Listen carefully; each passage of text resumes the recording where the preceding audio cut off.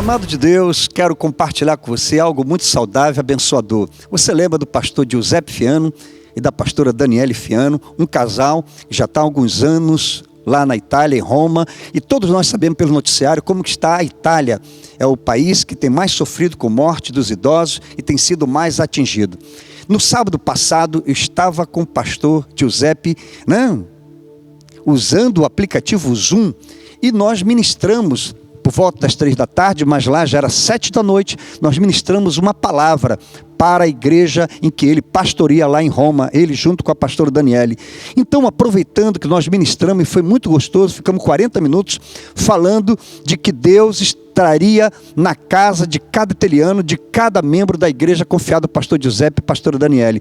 Disso, ao compartilhar isso, eu quero dizer para você que nessa linha de compartilhamento, nós hoje, e na data que nossa equipe vai compartilhar com você, estaremos ouvindo uma palavra do pastor Giuseppe, direto da Itália. Como está o cenário, ele em loco, conhecendo a realidade lá, difícil, ele vai estar ministrando para nós uma palavra poderosa, mas contando a realidade, a situação que está acontecendo na Itália.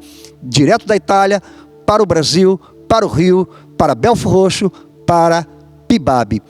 Não deixe de participar desta orientação da mensagem do pastor Giuseppe para a sua vida.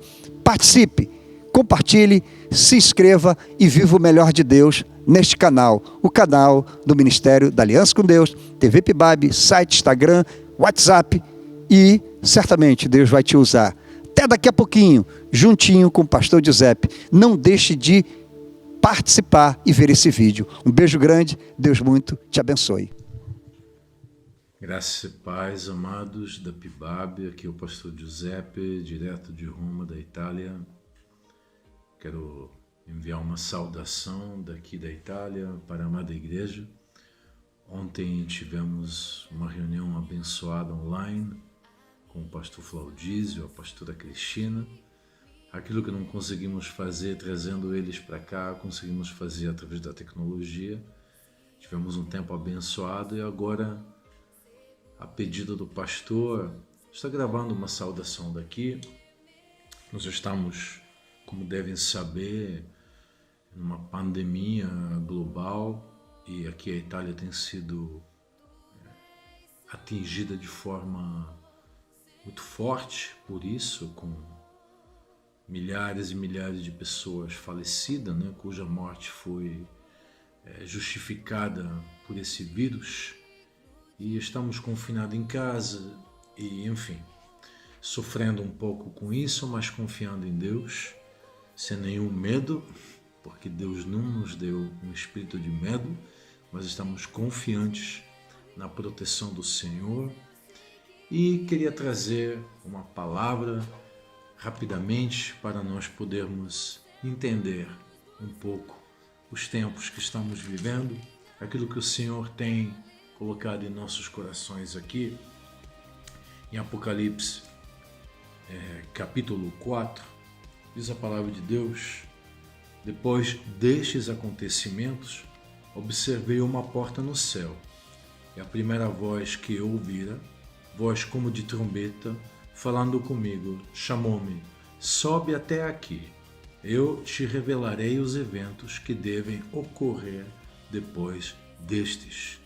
Esse texto muito interessante nos desafia para que tenhamos um entendimento dos eventos proféticos a subir. O Senhor chamou o apóstolo João a subir, havia uma porta aberta. Eu creio que existe uma porta de revelação aberta para que a gente possa subir e ter o entendimento, a compreensão daquilo que está acontecendo aqui na Terra. Nós não somos chamados a viver sem um entendimento, porque a palavra de Deus fala que Deus não faz nada sem revelar aos seus profetas. Amos 3, versículo 7. Então, com certeza, isso é um desafio para cada um de nós, para subir. Sobe até aqui, diz o Senhor para João. Eu creio que a palavra de Deus nos diz buscar as coisas lá do alto, onde Jesus está sentado à direita do Pai. Isso nós necessitamos para entender os tempos que nós estamos vivendo. Ainda não é o fim, mas estamos nos aproximando. Muitas coisas ainda vão acontecer. A palavra de Deus nos diz que havia muitos profetas que seguiam Elias, que haviam sido formados por Elias, mas somente um o seguiu até o final. Os outros sabiam que Elias ia ser arrebatado. E por 2 vezes, em Jérico e também em Betel, eles disseram para Eliseu: você sabe, né, que teu Senhor vai ser arrebatado hoje.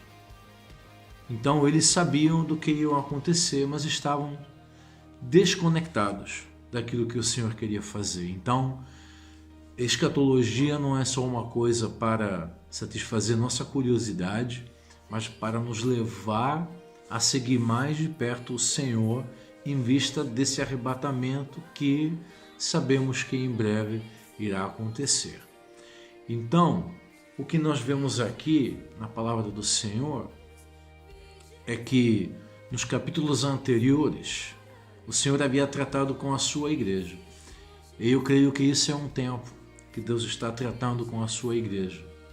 Como ele tratou no capítulo 2, no capítulo 3, com as 7 igrejas da Ásia, assim também ele está tratando, porque diz no versículo 1, depois desses acontecimentos. Depois que o Senhor tiver tratado com a igreja, o Senhor ele vai trazer uma revelação, vai nos chamar a subir de nível, vai nos levar no lugar de revelação profética, onde nós vamos entender muito melhor o que está acontecendo. Então, nós vemos aqui exatamente isso. Vemos a necessidade dessa revelação. O que está acontecendo? Nós estamos aqui confinados, mais a metade do planeta, 3 bilhões e meio de moradores desse planeta, estão obrigatoriamente forçados a permanecer em suas casas, para que esse vírus, essa praga não se espalhe. Um distanciamento social. Como é que pode que uma situação dessa tenha sido tão impactante? O fato que esse vírus tenha um impacto global nos faz entender que isso não é um evento isolado, mas é um evento que diz respeito àquilo que o Senhor quer fazer nos últimos tempos, diz respeito àquilo que o Senhor quer fazer sobre a face da terra. Então, com certeza, o Senhor está preparando a sua noiva para o dia do arrebatamento. Ainda não está chegando, não sabemos exatamente quando, mas provavelmente ainda falta um pouquinho, mas o Senhor está trabalhando na sua igreja. Eu ouço muitas pessoas disserem assim: quando isso terminar, tudo vai voltar à normalidade. Não vejo a hora que isso termine para poder voltar à normalidade. Eu quero dizer que nunca vai voltar à normalidade. Eu creio que espiritualmente existe uma glória que o Senhor vai revelar que vai ser maior. Porque diz o profeta Ageu que Deus vai sacudir tudo.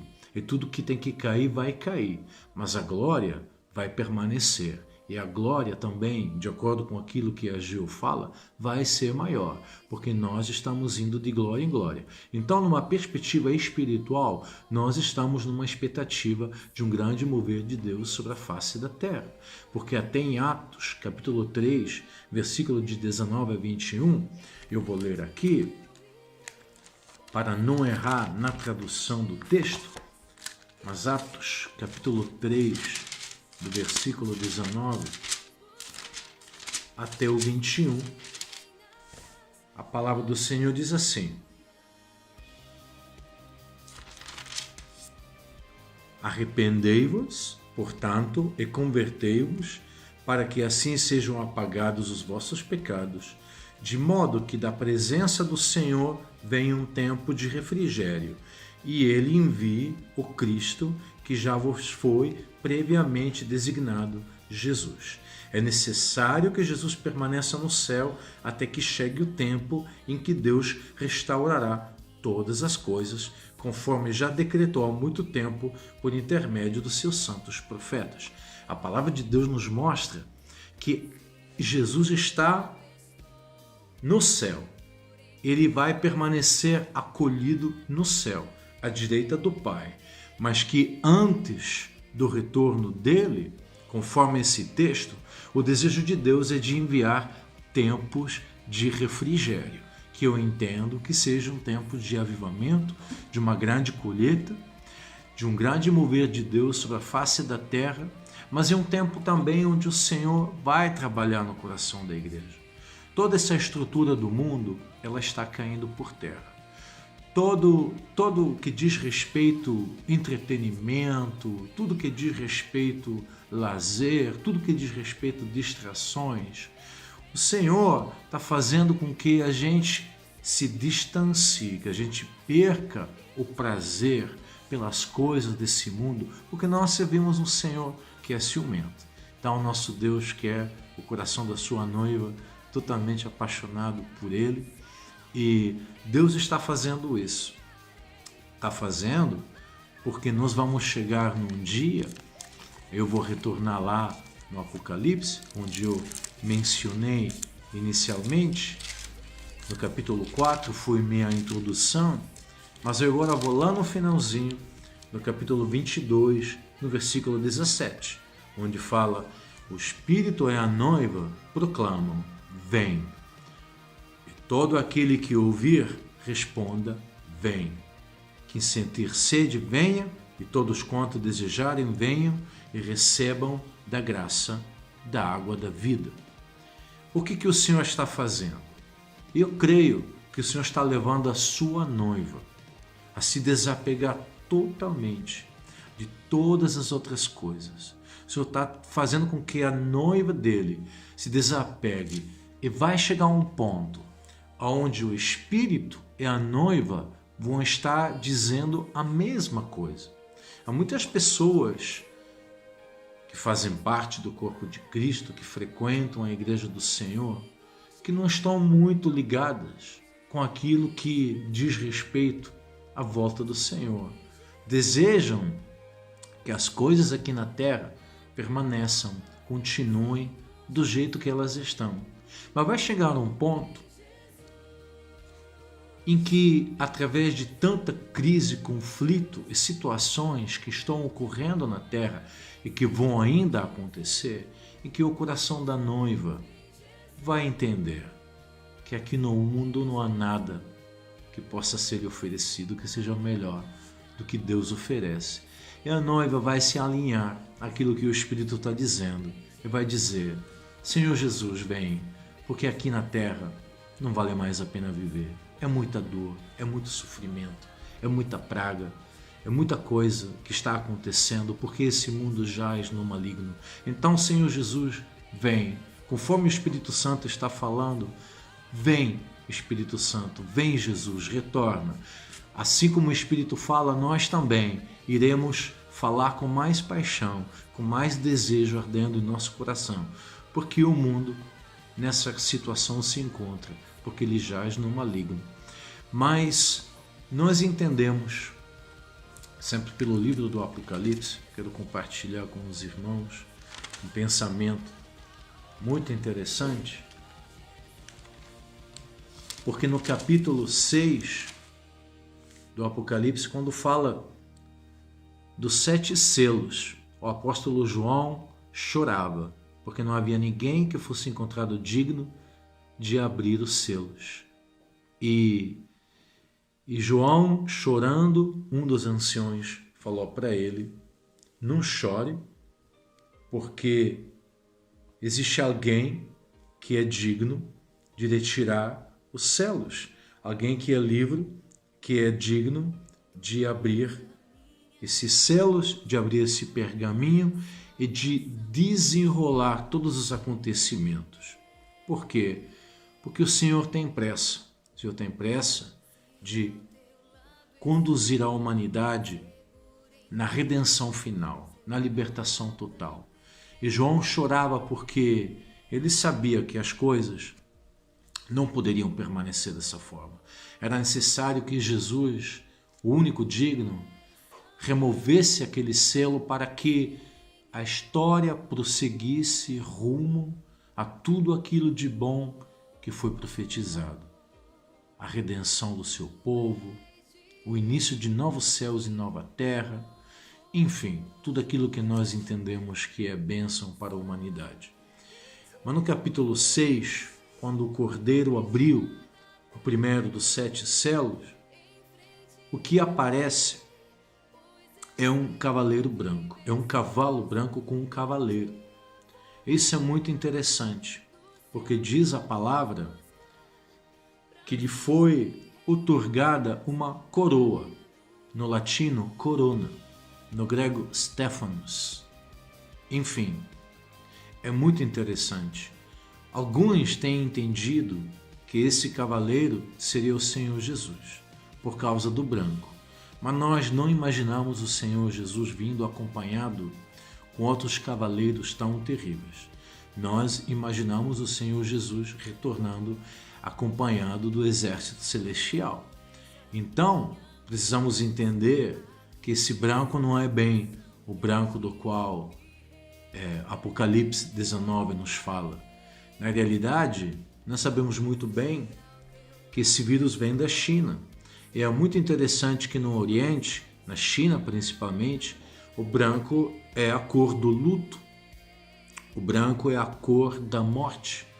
Quando alguém morre, se veste de branco para demonstrar o luto e a tristeza pela perda daquela pessoa. Então, se nós juntarmos a procedência dessa praga, eu não estou dizendo nada a respeito de ser isso algo deliberadamente realizado pelo homem. Isso só o Senhor sabe, se assim foi, ou se foi um acidente de laboratório, mas é fato que quando o homem brinca de ser Deus, determinadas coisas acontecem, que ele queira ou ele não queira, mas é um território perigoso. Não estou falando disso, mas estou dizendo que esse cavaleiro branco, ele vem porque lhe foi dada uma coroa. E com essa coroa, ele veio como vencedor. Ele veio determinado a vencer. O que isso quer dizer? Que alguém que quer vencer quer sujeitar os outros ao seu domínio. E nós estamos, infelizmente, debaixo de um domínio, de uma coroa. Porque esse vírus, examinado no laboratório, os cientistas, os médicos, os virólogos, exatamente descobriram isso, que ele tem a forma de uma coroa. Isso é uma curiosidade muito interessante. Então parece que mediante essa coroa, o cavaleiro branco, o cavaleiro do cavalo branco, de Apocalipse 6, não de Apocalipse 19, mas de Apocalipse 6, ele está impondo seu domínio, seu governo, limitando nossas ações, restringindo a igreja, até mesmo de cultuar livremente. Nós estamos debaixo de um poder, mas a igreja ainda está na face da terra. A igreja ainda não foi arrebatada. Então a igreja ela pode opor uma resistência. A igreja pode decidir não aceitar esse governo e lutar em oração para que seja quebrado o poder desse cavaleiro do cavalo branco, dessa corona, desse Stephanos, desse vírus em formato de corona, de coroa, que quer nos prender. Porque ainda há muitas outras coisas que irão acontecer. Mas isso não é um tempo para brigar.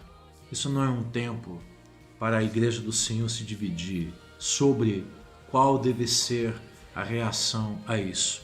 Tenho acompanhado um pouco o que tem acontecido no Brasil a respeito dessa praga, uma divisão, às vezes, entre a igreja, de quem diz que deve congregar, que não deve congregar. Eu quero dizer que aqui nós vivemos a mesma coisa. Inicialmente nós queríamos continuar cultuando. Depois nós entendemos que nosso testemunho, responsabilidade civil e obediência às leis era mais importante, porque nada nos impede de sair na nossa varanda e louvar como eu tenho feito, e botar um louvor e cantar na varanda da minha casa, do meu apartamento onde eu moro. Nós não estamos impedidos de pregar a palavra de Deus, que seja pela internet, que seja no Facebook, que seja na varanda da nossa casa. Porque Jesus falou que iria chegar um dia que nós iríamos proclamar pelos telhados. Então, vamos continuar proclamando a vitória do Senhor, porque é verdade que existe uma catividade agora, mas nós estamos esperando o outro cavaleiro do cavalo branco, aquele que vai nos libertar, aquele que vai nos levar aonde nós pertencemos, que é na sua glória. Então, que o Senhor abençoe, uma saudação para toda a igreja. Obrigado ao pastor Flaudis e à pastora Cristina pela oportunidade. Que Deus abençoe a todos.